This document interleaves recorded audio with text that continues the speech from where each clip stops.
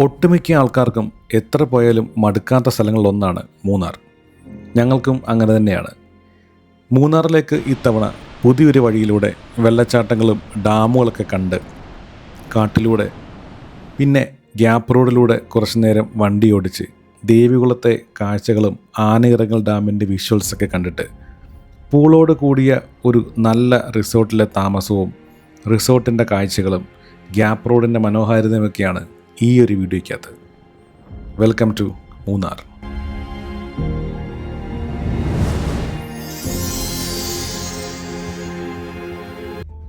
നമ്മുടെ യാത്ര ആരംഭിക്കുന്നത് കാക്കനാട് നിന്നാണ് കേട്ടോ. എറണാകുളത്തു നിന്നാണ് നമ്മൾ മൂന്നാറിലേക്ക് പോകുന്നത്. നമ്മൾ ദേവികുളം ഭാഗത്തേക്കാണ് പോകുന്നത് ഗ്യാപ്പ് റോഡ് വഴി. ശരിക്കും പറഞ്ഞാൽ ഞങ്ങൾ അങ്ങോട്ട് പോയത് നമ്മൾ നോർമൽ മൂന്നാർ പോകുന്ന നേരിമംഗലം അടിമാലി റൂട്ടിലാണ് നമ്മൾ പോയത്. പക്ഷേ നമ്മൾ തിരിച്ചു വന്നപ്പോഴാണ് ശരിക്കും വേറൊരു പുതിയ റൂട്ട് എടുത്തത്. അപ്പോൾ നിങ്ങൾക്കും മൂന്നാർ പോകാൻ ഉദ്ദേശിക്കുന്നുണ്ടെങ്കിൽ നിങ്ങൾക്ക് ഈ ഒരു പുതിയ റൂട്ട് നിങ്ങൾക്ക് ട്രൈ ചെയ്യാവുന്നതാണ്. നേരിമംഗലം ജംഗ്ഷൻ എത്തുന്നതിന് മുമ്പ് തന്നെ റൈറ്റിലേക്ക് കയറി ഇടുക്കി പോകുന്ന ഒരു റൂട്ടുണ്ട്. ആ റൂട്ട് കയറി നേരെ പോവുകയാണെങ്കിൽ നമുക്ക് ഗ്യാപ്പ് റോഡ് വഴി നമുക്ക് മൂന്നാർ എത്താൻ പറ്റും. കുറച്ച് ദൂരക്കൂടലാണ്. നമ്മൾ ശരിക്കും ഒരു റൗണ്ട് ട്രിപ്പ് പോലെ കറങ്ങിയാണ് വന്നത്. രണ്ട് രീതിയിൽ നമുക്ക് പോവാം. അപ്പോൾ ഈ റൂട്ടിൽ കുറച്ച് പണികളൊക്കെ നടക്കുന്നുണ്ട്, മെയിനായിട്ടുള്ള മൂന്നാർ റൂട്ടിൽ. ഇത് ശരിക്കും പറഞ്ഞാൽ ഒരു 2 മാസം മുമ്പ് പോയപ്പോൾ എടുത്ത വീഡിയോ ആണ്.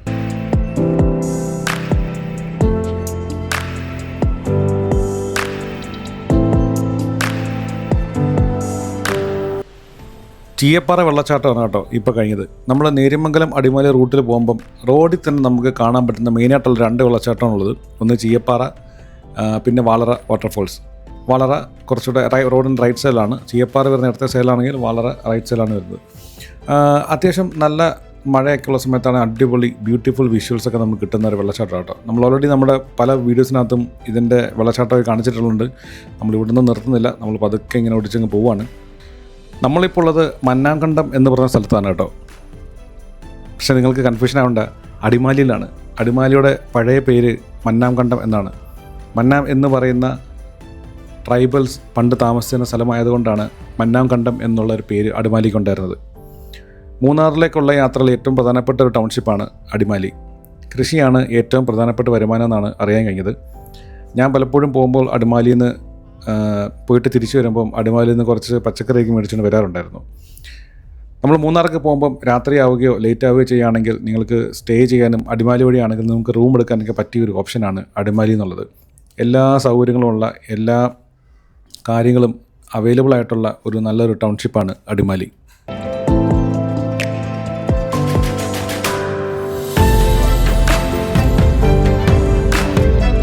2000-ലാണ് കേരള സർക്കാർ മൂന്നാറിനെ ഒരു വിനോദസഞ്ചാര കേന്ദ്രമായി പ്രഖ്യാപിക്കുന്നത്.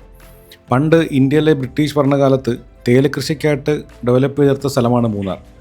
ആദ്യകാലത്ത് കുറച്ച് തമിഴരും മലയാളികളും മാത്രമാണ് ഇവിടെ താമസിച്ചിരുന്നെങ്കിലും പിന്നീട് തേയിലത്തോട്ടങ്ങളിലേക്ക് തൊഴിലാളികളെ കൊണ്ടുവന്നതാണ് ബ്രിട്ടീഷുകാർ.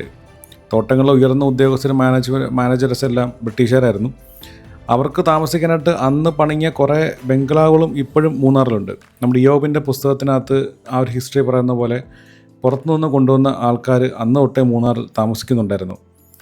പിന്നെ ആദ്യമായിട്ട് സംസ്ഥാനത്ത് ഒരു മോണോറെയിൽ സ്ഥാപിക്കപ്പെടുന്നതും മൂന്നാറാണ്. നമ്മുടെ ടോപ്പ് സ്റ്റേഷൻ വഴിയുള്ള ഒരു മോണോറെയിൽ. അതിനുശേഷം അത് അവിടുന്ന് കേബിൾ കാറ് വഴി തമിഴ്നാട്ടിലെത്തിച്ച് തൂത്തുക്കുടി പോർട്ടിൽ നിന്നും എക്സ്പോർട്ട് ചെയ്യാനായിട്ടായിരുന്നു തേയില. അതിന് വേണ്ടിയിട്ടാണ് അവർ സ്ഥാപിച്ചത്. പിന്നെ നമ്മൾ ഈ പറയുന്ന 90-ലെ വെള്ളപ്പൊക്കം എന്ന് പറഞ്ഞ 1924-ലെ വെള്ളപ്പൊക്കത്തിലാണെന്ന് തോന്നുന്നു മൂന്നാറിൽ ഭയങ്കര വലിയ വെള്ളപ്പൊക്കവും മഴയൊക്കെ ഉണ്ടായിട്ട് ഈ റെയിൽവേ പാതയെല്ലാം നശിച്ചുപോയി. ഇപ്പോഴും ടോപ്പ് സ്റ്റേഷൻ്റെ പല ഭാഗത്ത് ചെന്നാലും അന്ന് യൂസ് ചെയ്തിരുന്ന ആ ഒരു ട്രെയിനിൻ്റെ വീലും കാര്യങ്ങളൊക്കെ കാണാൻ പറ്റും എന്നാണ് പറയപ്പെടുന്നത്. അപ്പോൾ ഒരുപാട് ചരിത്ര പ്രാധാന്യമുള്ള ഒരു സ്ഥലമാണ് മൂന്നാർ. ശരിക്കും എനിക്ക് ആ ഇയോബിൻ്റെ പുസ്തകം സിനിമയിലെ ആദ്യത്തെ കുറേ സീനുകളൊക്കെ മൂന്നാറിലേക്ക് തേയിലത്തോട്ടത്തിന് പണിക്കാരായിട്ട് ആൾക്കാരെ കൊണ്ടുവന്ന സീനൊക്കെ കാണുമ്പോൾ എനിക്ക് എന്തോ ഭയങ്കര ഒരു ഫീലിംഗ് ആണ് ശരിക്കും മൂന്നാറിലേക്ക് പിന്നെ പോകാനൊക്കെ തോന്നുന്നതൊക്കെ കാണുമ്പോൾ. വളരെ ബ്യൂട്ടിഫുള്ളായിട്ട് പോർട്രേറ്റ് ഉണ്ട്. പക്ഷേ ആ സിനിമ മൂന്നാറിൽ നിന്ന് കാണിക്കുന്ന എല്ലാം കുട്ടിക്കാനം, വാഗമൺ ഏരിയയൊക്കെയാണ്. പക്ഷേ മൂന്നാറിൻ്റെ കുറച്ച് ചരിത്രങ്ങളൊക്കെ അതിനകത്ത് പറഞ്ഞ പോലൊക്കെ തന്നെ ഉള്ളതൊക്കെ തന്നെയാണ്. അപ്പോൾ ഞാനെപ്പം മൂന്നാർ വന്നാലും ഇത്തരം കാര്യങ്ങളെല്ലാം എൻ്റെ മനസ്സിലേക്ക് പോകും. പണ്ട് കാടാൽ ചുറ്റപ്പെട്ട് കിടന്നിരുന്നൊരു സ്ഥലം. അതിനു മുമ്പും ശരിക്കും ടിപ്പു സുൽത്താൻ്റെ സമയത്താണ് ശരിക്കും ഈ ബ്രിട്ടീഷുകാർ ഈ മൂന്നാർ എക്സ്പ്ലോർ ചെയ്യുന്നത്. അതിനു മുമ്പ് നമ്മുടെ കുറച്ച് രാജാക്കന്മാരൊക്കെ ഇവിടെ കുറച്ച് സ്ഥലങ്ങളൊക്കെ കീഴടക്കി വെച്ചിട്ടുണ്ടെന്നാണ് എനിക്ക് കേട്ടിട്ടുള്ളത്. അതിനെപ്പറ്റി ഡീറ്റെയിൽ ആയിട്ട് എനിക്കറിയത്തില്ല.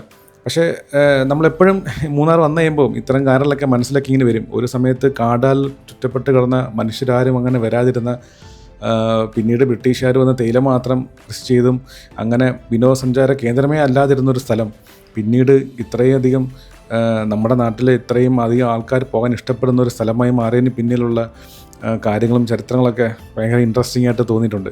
അപ്പോൾ നിങ്ങളും മൂന്നാർ വരുമ്പോൾ ഇത്തരം കാര്യങ്ങളൊക്കെ കുട്ടികളുണ്ടെങ്കിൽ കുട്ടികൾക്കൊക്കെ പറഞ്ഞു കൊടുക്കുക, മനസ്സിലൂടെയൊക്കെ ഒന്ന് ഓടിച്ചു നോക്കുക.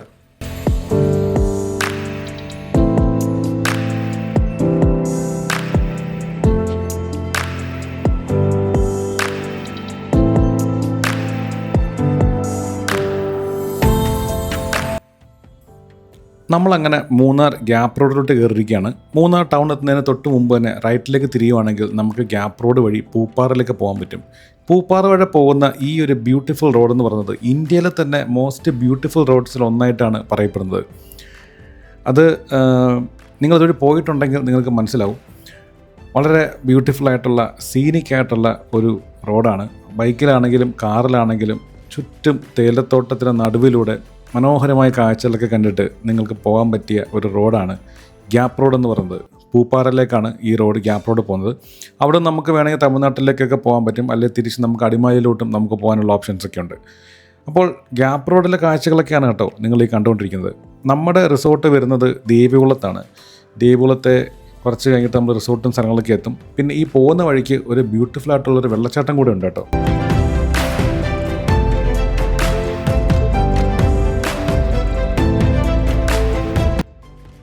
അങ്ങനെ ഗ്യാപ്പ് റോഡിലൂടെ കുറച്ചുകൂടെ മുന്നോട്ട് പോയി കഴിയുമ്പം നമ്മൾ സൂര്യനെല്ലിയിലേക്ക് പോകുന്ന ഒരു ഡീവിയേഷൻ എടുക്കണം. സൂര്യനെല്ലിയിലോട്ട് പോകുന്ന വഴിക്കാണ് മൗണ്ടൻ ക്ലബ് എന്ന് പറയുന്ന നമ്മുടെ ഇന്നത്തെ റിസോർട്ടിലെ കാര്യങ്ങളും സ്റ്റേ ഒക്കെ വരുന്നത്. പൂളോട് കൂടിയ ഈ ഒരു റിസോർട്ടിൽ നമ്മൾ ബുക്ക് ചെയ്തപ്പം സീസൺ ടൈം കഴിഞ്ഞ് ഓഫ് സീസൺ സ്റ്റാർട്ട് ചെയ്യുന്ന സമയം ആയതുകൊണ്ട് തന്നെ നമുക്ക് ഏകദേശം ഒരു 5000 രൂപ റേഞ്ചിലാണ് നമുക്ക് ഈ റൂം കിട്ടിയിട്ടുള്ളത്. അതും നമുക്കൊരു ഡബിൾ കോട്ടേജ് ആയിട്ട് നമുക്കൊരു ഫ്രീ അപ്ഗ്രേഡും കിട്ടി. ഞാൻ ഇത് മേക്ക് മൈ ട്രിപ്പ് വഴിയാണ് ഈ ഒരു ഹോട്ടൽ ബുക്ക് ചെയ്തിട്ടുള്ളത്. അപ്പോൾ നിങ്ങളെപ്പോഴും ബുക്ക് ചെയ്യുമ്പോൾ ഈ പ്രൈസിങ് ഇത് തന്നെ ആയിരിക്കത്തില്ല, ചിലപ്പോൾ കൂടിയും കുറഞ്ഞൊക്കെ ഇരിക്കും. സീസൺ ടൈം ആണെങ്കിൽ അവർ ഒബ്വിയസ്ലി പ്രൈസ് കൂട്ടാൻ താല്പര്യമുണ്ട്.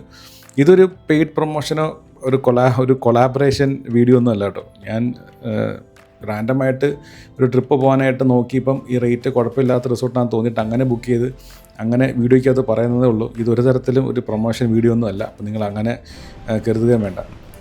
അങ്ങനെ റിസപ്ഷനിലെ വെൽക്കം ഡ്രിങ്ക് ഒക്കെ അകത്താക്കി അവിടുത്തെ ഫോർമാലിറ്റീസ് ഒക്കെ കഴിഞ്ഞിട്ട് ഒരു ചേട്ടൻ നമ്മുടെ ലഗേജൊക്കെ എടുത്തുകൊണ്ട് നമ്മുടെ റൂമിലോട്ട് പൊയ്ക്കൊണ്ടിരിക്കുകയാണ്. ഇതാണ് നമ്മൾ താമസിക്കുന്ന കോട്ടേജ് എന്ന് പറയുന്നത്. ഇവിടെ ശരിക്കും മേളിലും താഴെ 2 റൂമുണ്ട്, 2 ഫാമിലിക്ക് വേണ്ടിയിട്ട്. പക്ഷേ നമുക്ക് ഞാൻ പറഞ്ഞ ഓഫ് സീസണായിട്ട് നമുക്ക് ഫ്രീ അപ്ഗ്രേഡ് കിട്ടിയത്. അതായത് എൻറ്റയർ കോട്ടേജ് നമുക്കാണ്. 2 റൂം നമുക്കാണ്. 2 റൂമും അറ്റാച്ച്ഡ് ബാത്റൂമൊക്കെ ഉള്ള റൂംസാണ്. പിന്നെ അത്യാവശ്യം നല്ല കാറ്റുണ്ട് കേട്ടോ, നല്ല തണുത്ത കാറ്റൊക്കെ വീശുന്നുണ്ട്.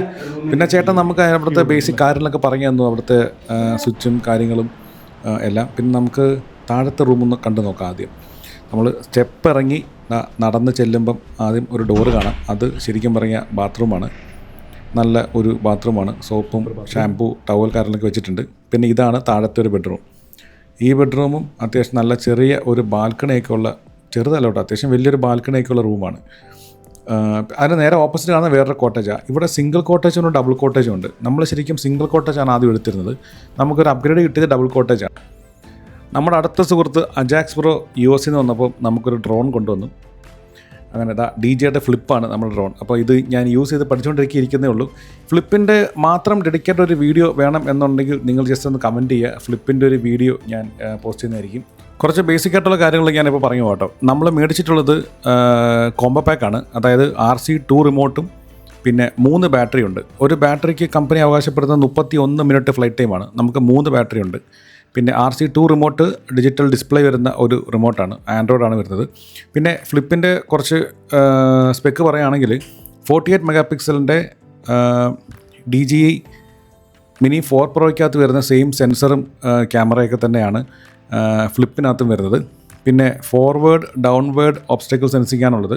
360 ഡിഗ്രി ഒപ്റ്റിക്കൽ സെൻസിങ് ഇല്ല, ഫോർവേഡും ഡൗൺവേഡും മാത്രമേ ഉള്ളൂ. അതും ഇൻഫ്രാറെഡ് സെൻസറാണ് വരുന്നത്. പിന്നെ ഇതിനകത്ത് തന്നെ കുറേ ബിൽറ്റ് ഇൻ AI മോഡ്സ് ഉണ്ട്. നമുക്ക് ഫോളോ മീ മോഡ് കൊടുക്കാം. നമുക്ക് ഫ്രണ്ടിൽ നിന്നും ബാക്കിൽ നിന്നും നമുക്ക് റിമോട്ട് ഇല്ലാതെ തന്നെ നമുക്ക് ഇതിനകത്ത് മൾട്ടിപ്പിൾ ഓപ്ഷൻസ് വഴി നമുക്ക് ഈ ഡ്രോൺ നമുക്ക് കൺട്രോൾ ചെയ്യാൻ പറ്റും. ഫോളോ മീ, പിന്നെ അത് റോക്കറ്റ്, പിന്നെ നമുക്ക് ചുറ്റും കറങ്ങുന്ന അങ്ങനെ കുറേ മോഡ്സും കാര്യങ്ങളൊക്കെ ഉണ്ട്. ഞാൻ ശരിക്കും ഇപ്പോഴും പഠിച്ചുകൊണ്ടൊക്കെ ഇരിക്കുന്നുള്ളൂ. ഇത് കാണുമ്പോൾ ഒരു പ്രത്യേക ഒരു ഷേപ്പാണ്, ഒരു വീൽ ചെയർ മടക്കി വെച്ചിരിക്കും പോലത്തെ ഒരു ഷേപ്പാണ് വരുന്നത്. പിന്നെ അത്യാവശ്യം ഞാനിപ്പോൾ യൂസ് വെച്ചിട്ട് ഇതിൻ്റെ റേഞ്ച് പറഞ്ഞത് 13 കിലോമീറ്ററാണ് ഈ ഡ്രോണിൻ്റെ, അതായത് RC2 റിമോട്ടും ഈ ഡ്രോണിൻ്റെയും ഒരു റേഞ്ച് കമ്പനി പറയുന്നത് 13 കിലോമീറ്ററാണ്. അത് അവർ പറയുന്ന റേഞ്ചാണത്. ഞാനിപ്പോൾ കുറച്ച് നാളെ യൂസ് ചെയ്ത് വരുന്നുള്ളൂ. ശരിക്കും ഇപ്പോഴും എനിക്ക് യൂസ് ചെയ്യാൻ പേടിയാണ്. അപ്പോൾ അതിൻ്റെ കാര്യങ്ങളൊക്കെ ഞാൻ പഠിച്ചുകൊണ്ടിരിക്കുകയാണ്. പിന്നെ ഇത് നമ്മൾ ഇന്ത്യയിലും ഇപ്പം അവൈലബിൾ ആണ്. എൻ്റെ ഫ്രണ്ട് അവിടെ നിന്ന് ഇപ്പോൾ അടുത്തോട്ട് വരുന്ന സമയത്ത് ആയതുകൊണ്ടാണ് ഞാനിങ്ങനെ ഒരു കാര്യം പുള്ളിയെടുത്ത് പറഞ്ഞത്. പിന്നെ വേറൊരു പ്രധാനപ്പെട്ട കാര്യം, നമ്മൾ ഏത് ഡ്രോൺ നമ്മൾ യൂസ് ചെയ്യുവാണെങ്കിലും നമ്മൾ ഇവിടുത്തെ ഏവിയേഷൻ്റെ വെബ്സൈറ്റിൽ നമ്മൾ രജിസ്റ്റർ ചെയ്യണം എന്നുള്ളതാണ് റൂള്. 250 ഗ്രാമിൽ താഴെയാണെങ്കിലും ലൈസൻസ് വേണ്ട എന്നൊക്കെ പറയുവാണെങ്കിലും അത് ശരിക്കും അതങ്ങനെയല്ല. 250 ഗ്രാമിൽ താഴെയാണെങ്കിൽ പോലും നമ്മുടെ എല്ലാ ഡ്രോണും അവരുടെ വെബ്സൈറ്റ് രജിസ്റ്റർ ചെയ്യുന്നതാണ് എപ്പോഴും സേഫ് എന്നുള്ളത്. പിന്നെ പറത്തുന്ന സ്ഥലങ്ങളൊക്കെ നോക്കി മനസ്സിലാക്കി പറത്തുക. അപ്പോൾ നമ്മുടെ ഡ്രോണിൻ്റെ കാര്യങ്ങളൊക്കെ, ഡ്രോണിൻ്റെ വീഡിയോയ്ക്ക് അടുത്ത് വരും വ്ളോഗ്സിനകത്തൊക്കെ നിങ്ങൾക്ക് കാണാൻ പറ്റുന്നതാണ്. ഇനി നമ്മൾ ജസ്റ്റ് ഈ റിസോർട്ടൊക്കെ ഒന്ന് എക്സ്പ്ലോർ ചെയ്യാനൊക്കെയായിട്ട് ഒന്ന് പുറത്തോട്ടൊക്കെ ഇറങ്ങിയാണ്. നമുക്ക് പൂളും കാറിലേക്ക് ഒന്ന് കാണണം. ഇപ്പോൾ ഇവിടെ എന്തൊക്കെ ആക്ടിവിറ്റീസ് ഉണ്ടെന്ന് കാണണം. അത്യാവശ്യം കുറച്ച് ആൾക്കാരൊക്കെ ഉണ്ടെന്ന് തോന്നുന്നു കേട്ടോ, കുട്ടികളും ആൾക്കാരും കാറിലൊക്കെ ഉണ്ട്. പിന്നെ ഇത് സൂര്യനെല്ലി ഈ ഒരു ദേവികുളം സൈഡൊക്കെ ആയതുകൊണ്ട് തന്നെ ഇവിടെ എനിക്കൊന്ന് തമിഴ്നാട്ടിൽ നിന്നുള്ള കുറച്ച് ആൾക്കാരും ഇവിടെ സ്ഥിരം വിസിറ്റ് ചെയ്യാറുണ്ടെന്നാണ് എനിക്ക് തോന്നുന്നത്. കാരണം നമ്മൾ കുറച്ച് തമിഴ് ഫാമിലീസിനൊക്കെ നമ്മൾ കണ്ടിട്ടുണ്ടായിരുന്നു.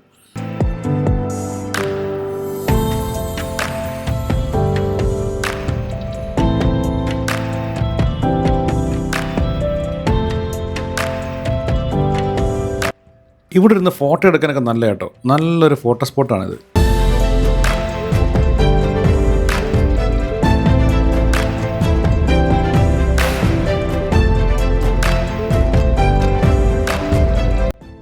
റിസോർട്ടിലെ കുറച്ച് കാഴ്ചകളൊക്കെ കണ്ടതിന് ശേഷം നമ്മൾ പതുക്കെ സൂര്യനെല്ലി സൈഡിലോട്ട് പോയിക്കൊണ്ടിരിക്കുകയാണ്. ഇവിടുന്ന് ശരിക്കും വളരെ അടുത്താണ് സൂര്യനെല്ലി എന്ന് പറയുന്ന ചെറിയൊരു ഗ്രാമം. ഇടുക്കി ജില്ലയിലെ ഒരു മലയോര ഗ്രാമമാണ് സൂര്യനെല്ലി എന്ന് പറയുന്നത്. കൃഷി ആവശ്യങ്ങളായിട്ട് താമസിക്കുന്നതും പ്ലാന്റേഷനിൽ വർക്ക് ചെയ്യുന്നതുമായിട്ടുള്ള ലോക്കൽ ആൾക്കാരാണ് ഇവിടെ കൂടുതലും താമസിക്കുന്നത്. പിന്നെ നമ്മൾ ഈ സൂര്യനെല്ലിയിലോട്ട് പോകുന്ന വഴിക്കാണ്ട് ഈ ഒരു സ്ഥലത്ത് നിന്ന് നമ്മൾ പതുക്കെ റൈറ്റ് തിരിഞ്ഞ് പോവുകയാണെങ്കിൽ നമുക്ക് ഈ ആനയിറങ്കൽ ഡാമിൻ്റെ വ്യൂ പോയിൻറ്റിലോട്ടൊക്കെ പോകാൻ പറ്റും. പിന്നെ ഇവിടുന്ന് കുറേ ജീപ്പ് സഫാരിയൊക്കെ ഉണ്ട് കേട്ടോ. ഇവിടുത്തെ ലോക്കൽ സൈറ്റ് സീയിങ്ങും സഫാരിയും കാര്യങ്ങളൊക്കെ ഇവിടെ ഇഷ്ടംപോലെ അവൈലബിൾ ആണ്.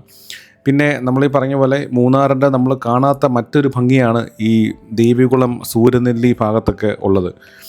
തേയിലത്തോട്ടങ്ങൾ മാത്രമല്ല, താഴ്വാരങ്ങൾ പോലെ തോന്നിക്കുന്ന, നമ്മൾ ഈ ഊട്ടിയിലും കൊടൈക്കനാലിലും കാണുന്ന തരത്തിലുള്ള കുറേ താഴ്വാരങ്ങളൊക്കെ നമുക്ക് കാണാൻ പറ്റും. ഈ ഒരു സ്ഥലമൊക്കെ ശരിക്കും ഞാൻ ആദ്യമായിട്ടാണ് മൂന്നാറിന് ഈ ഒരു സൈഡിലേക്ക് വരുന്നത്. നമ്മളെപ്പോഴും പോകുന്നത് ടോപ്പ് സ്റ്റേഷൻ, വട്ടവട, കാന്തല്ലൂർ ഭാഗത്തൊക്കെ ആയിരുന്നു. പക്ഷേ ആദ്യമായിട്ടാണ് ഈ ഒരു സ്ഥലമൊക്കെ ഞങ്ങൾ എക്സ്പ്ലോർ ചെയ്യുന്നത്. അപ്പോൾ ഇവിടെയും ഇത് കുറച്ചുകൂടെ മുന്നോട്ട് പോയി കഴിയുമ്പം ലോക്കലിൽ ചോദിച്ചാൽ മതി ആനയിറങ്കൽ ഡാമിൻ്റെ വ്യൂ പോയിൻ്റ് എവിടെയാണുള്ളത്. അപ്പോൾ വണ്ടി ഒതുക്കിയിട്ട് കുറച്ച് ദൂരം നടന്നു പോയി കഴിഞ്ഞാൽ നമുക്ക് വ്യൂ പോയിൻറ്റോട്ടൊക്കെ പോകാനൊക്കെ പറ്റും. അപ്പോൾ നിങ്ങൾ വന്നിട്ടില്ലെങ്കിൽ ഇവിടെ നിങ്ങൾ വിസിറ്റ് ചെയ്യാൻ ശ്രമിക്കുക. നല്ല ക്ലൈമറ്റാണ്. ഇവിടെ ഒരു സിപ്പ് ലൈനും ഉണ്ട് കേട്ടോ. അത്യാവശ്യം നല്ലൊരു എക്സ്പീരിയൻസ് തരുന്ന ഒരു സിപ്പ് ലൈനും നമുക്ക് ഈ ഒരു ഭാഗത്ത് കാണാൻ പറ്റും. തിരിച്ച് വൈകിട്ട് ചായ കുടിക്കുന്ന സമയമാകുമ്പം റിസോർട്ടെത്തി. ദാണ്ടെ പരിപ്പുവടയും ചെറിയൊരു സോസും, പിന്നെ ചായയല്ല കോഫി കേട്ടോ. കോഫിയായി കിട്ടി. നമ്മൾ പൂളിൻ്റെ സൈഡിൽ ഇരുന്ന് സന്ധ്യ ആവാറായി, ഏകദേശം ഒരു 5 മണി കഴിഞ്ഞിട്ടുണ്ട്. ആ സമയത്ത് നമ്മളിങ്ങനെ കോഫി കുടിച്ചുകൊണ്ടിരിക്കുകയാണ്. പിറ്റേ ദിവസം രാവിലെ നമ്മൾ പതുക്കെ റൂമിൽ നിന്ന് പുറത്തോട്ടേക്ക് ഇറങ്ങുകയാണ്. ബ്രേക്ക്ഫാസ്റ്റൊക്കെ കഴിക്കാറുണ്ട്. ഇതൊരു വലിയൊരു കോമ്പൗണ്ടാണ് കേട്ടോ. വളരെ വലിയ ഏരിയ വരുന്ന ഒരു റിസോർട്ടാണിത്. ഇതെല്ലാം പഴയ ടൈപ്പ് ഒരു ബ്രിട്ടീഷ് അല്ലെങ്കിൽ ഒരു വെസ്റ്റേൺ സ്റ്റൈൽ ഓഫ് ആർക്കിടെക്ചറാണ് ഇവിടുത്തെ എല്ലാ ബിൽഡിങ്സുള്ളത്. കരിങ്കല്ല് കൊണ്ടാണ് എല്ലാ കോട്ടേജും നിർമ്മിച്ചിട്ടുള്ളത്. ബ്രേക്ക്ഫാസ്റ്റ് നമുക്ക് ബുഫേ ആണുള്ളത്. ഇഷ്ടംപോലെ വെറൈറ്റി ഇംഗ്ലീഷ് ബ്രേക്ക്ഫാസ്റ്റ് ഉണ്ട്. പിന്നെ നമ്മുടെ നാടൻ സൗത്ത് ഇന്ത്യൻ ബ്രേക്ക്ഫാസ്റ്റൊക്കെ അവൈലബിൾ ആണ്. ഓംലെറ്റൊക്കെ ഓൺ ഡിമാൻഡാണ്, നമ്മൾ പറയുകയാണെങ്കിൽ ഉണ്ടാക്കി തരും. പിന്നെ നമ്മൾ മിക്ക ഇതുപോലത്തെ റിസോർട്ടിലൊക്കെ പോകുമ്പോഴും നമുക്ക് ബ്രേക്ക്ഫാസ്റ്റിന് കിട്ടുന്ന ബുഫേ സെറ്റപ്പ് തന്നെയാണ്. ഇഡലി, സാമ്പാർ, വട, ചമ്മന്തി, പുട്ട്, പൂരി, ഉപ്പുമാവ്, അങ്ങനെയുള്ള നോർമൽ ഐറ്റംസൊക്കെ ഉണ്ട്. ദോശയൊക്കെ ഇരിപ്പുണ്ട്. നല്ല ബ്രേക്ക്ഫാസ്റ്റ് ആയിരുന്നു. നമുക്ക് നല്ലതായിട്ട് സമാധാനപരമായിട്ട് എൻജോയ് ചെയ്ത് കഴിക്കാനൊക്കെ പറ്റുന്ന ഒരു ബ്രേക്ക്ഫാസ്റ്റൊക്കെ തന്നെയായിരുന്നു കേട്ടോ. പൂളിൻ്റെ സൈഡിൽ തന്നെയാണ് ഇവിടെ റെസ്റ്റോറൻറ്റും കാര്യങ്ങളൊക്കെ വരുന്നത്. ഇനി ബ്രേക്ക്ഫാസ്റ്റൊക്കെ കഴിച്ചിട്ട് നമ്മൾ ജസ്റ്റ് ഒന്ന് ചെക്കൗട്ട് ചെയ്തിട്ട് നമുക്ക് ഈ ആനിറങ്കൽ ഡാമിൻ്റെ വ്യൂ ഒന്ന് കാണുന്നുണ്ട്.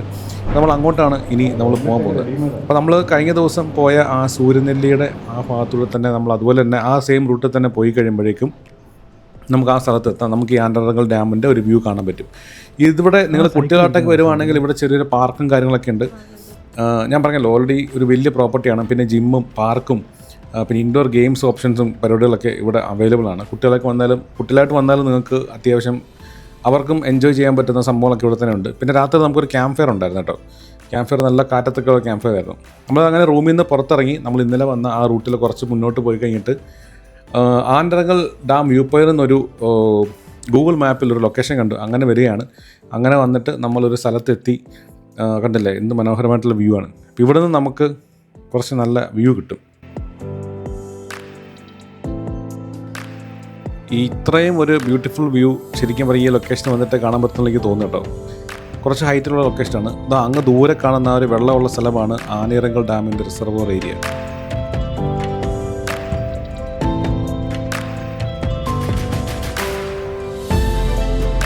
അങ്ങനെ ഗ്യാപ്പ് റോഡിൻ്റെ മനോഹരമായ കാഴ്ചകളൊക്കെ കണ്ട് പൂപ്പാറ വഴി കല്ലാർകുട്ടി ഡാമിലൂടെയാണ് നമ്മൾ തിരിച്ചു വരുന്നത് കേട്ടോ.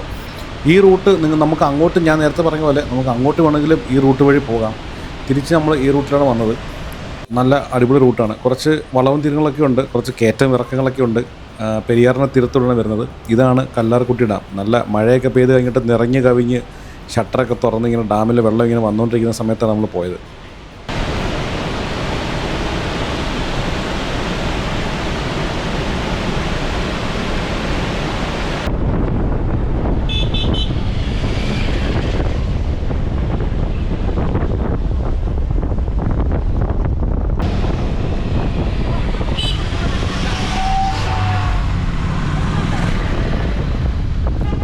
നമ്മുടെ കൂടെ വന്ന കുറച്ച് റൈഡേഴ്സിൻ്റെ കേട്ടോ നിങ്ങൾ കുറച്ച് ഫൂട്ടേജ് കണ്ടത്. നമ്മൾ കല്ലാർകുട്ടി ഡാം കഴിഞ്ഞ് കുറച്ച് മുന്നോട്ട് വരുമ്പോൾ ലെഫ്റ്റ് സൈഡിൽ കാണുന്ന ചെറിയ ഒരു വെള്ളച്ചാട്ടത്തിൻ്റെ വ്യൂ പോയിൻ്റാണ് ഈ കാണുന്നതൊക്കെ. ഇവിടെ നമുക്ക് കുറച്ച് നേരം വണ്ടിയൊക്കെ നിർത്തി കാഴ്ചകളൊക്കെ ആസ്വദിക്കാൻ പറ്റുന്നതാണ്. ഒരിക്കലും വെള്ളച്ചാട്ടത്തിൽ ഇറങ്ങരുത്. അപ്പോൾ ഈ വീഡിയോ എല്ലാവർക്കും ഇഷ്ടപ്പെടുന്നു കരുതുന്നു. നമ്മുടെ ചാനൽ സബ്സ്ക്രൈബ് ചെയ്ത് പ്രിയപ്പെട്ട കൂട്ടുകാർ ചാനൽ സബ്സ്ക്രൈബ് ചെയ്യുക. This is Deepak signing out. Thanks for watching. Thank you.